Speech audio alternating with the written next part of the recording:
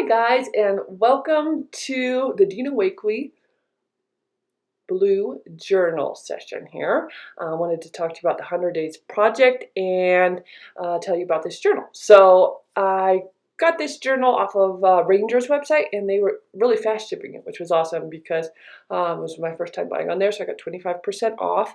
And even with everything going on, it got here in like, I think it was 4 or 5 days. So it was really fast, and that included with the weekend and Sunday and all. So it was real quick. I think I ordered on Wednesday or Thursday, and I got it by Tuesday. So that's exciting.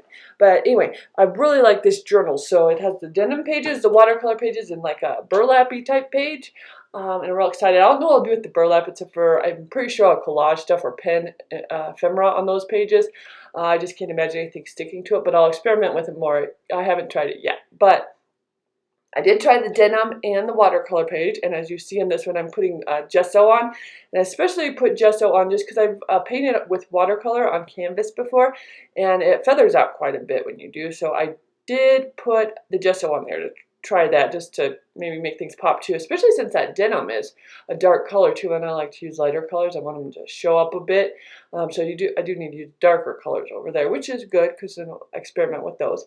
I am also using here the Ranger Delusions ink, or not, yeah, I use the Delusions Shimmer, and then I also use the Distress inks. So I really like all these sprays. I think they're awesome because they look so organic when you use them, and I cut out my own little stencil as you saw there, just using some cardstock, which was fun, and that way you have something new all the time. I don't like to I don't have like a big art room, so I don't like to have a big stash of stuff because I don't really have anywhere to put it. So just cutting something out on a whim and using that, and then you can, it's disposable. You can keep it for a while. I noticed the paper will get so soggy it can break apart sometimes too, so it just depends. So there's the shimmer spray and pink. That's a Delusion shimmer spray, and they have a real pretty shimmer to them. I mean, it's really beautiful. It doesn't really show up on the camera that well. I think I'd have to put a lot down, but very, very pretty. I think you'll like that too.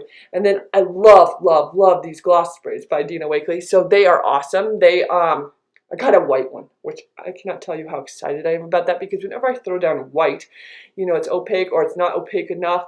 And when it's so opaque, I feel like, you know, it looks kind of stiff when I put it down because it's not very organic, you know, because it's a thick paint.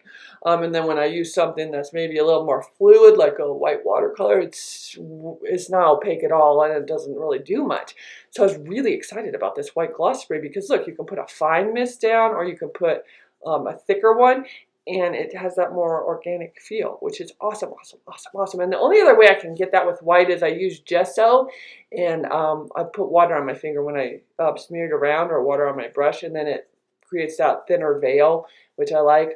And then here I use the Signo white pen. If you don't have one of those, you probably want one if you're a mixed media artist. They are awesome. I like how it writes. It's more opaque. It just comes out really nice. So that was my favorite white pen. And then just using like a toilet paper roll or a paper towel roll for some circles too, or you just dip it in the paint. I really like how that looks because it's not a perfect circle, and you can kind of bend it and crumple it a little.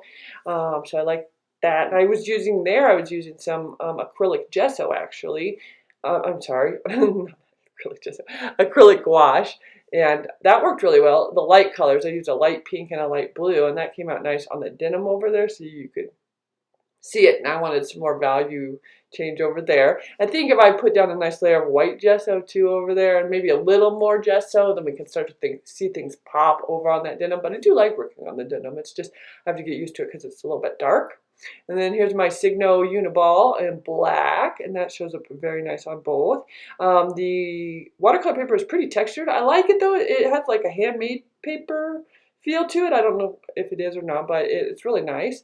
And there I am adding the white gesso up in the corner there with some water on my finger just to calm down that area in the corner, and then adding some gesso here on the denim. And it's a little harder to move it around on the denim because the denim absorbs it pretty quick.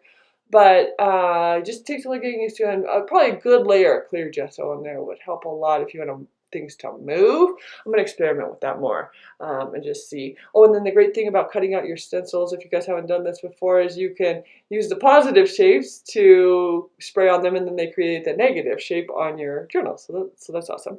So I had so much fun creating these pages, and I am doing the 100-day project, and I'm doing 100 days of art journaling. So you can follow me at 100 days of art journaling. There's some other people that look like they're doing the art journal thing.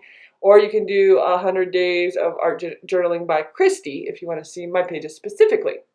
So I'm going to be posting a lot, doing videos, lives, and I was even thinking of starting an art journal club where we get together on Zoom. Love to know your thoughts about that down in the comments. You can subscribe to me up in the right corner here. There'll be a little pop-up. Would love to have you along my journey here, and follow along with yours too. Comment below with your name or a hashtag on Instagram so I can check out what you're doing. Thanks so much for stopping by. Have lots of fun art journaling, and I highly recommend this book too. I really like it. Take care.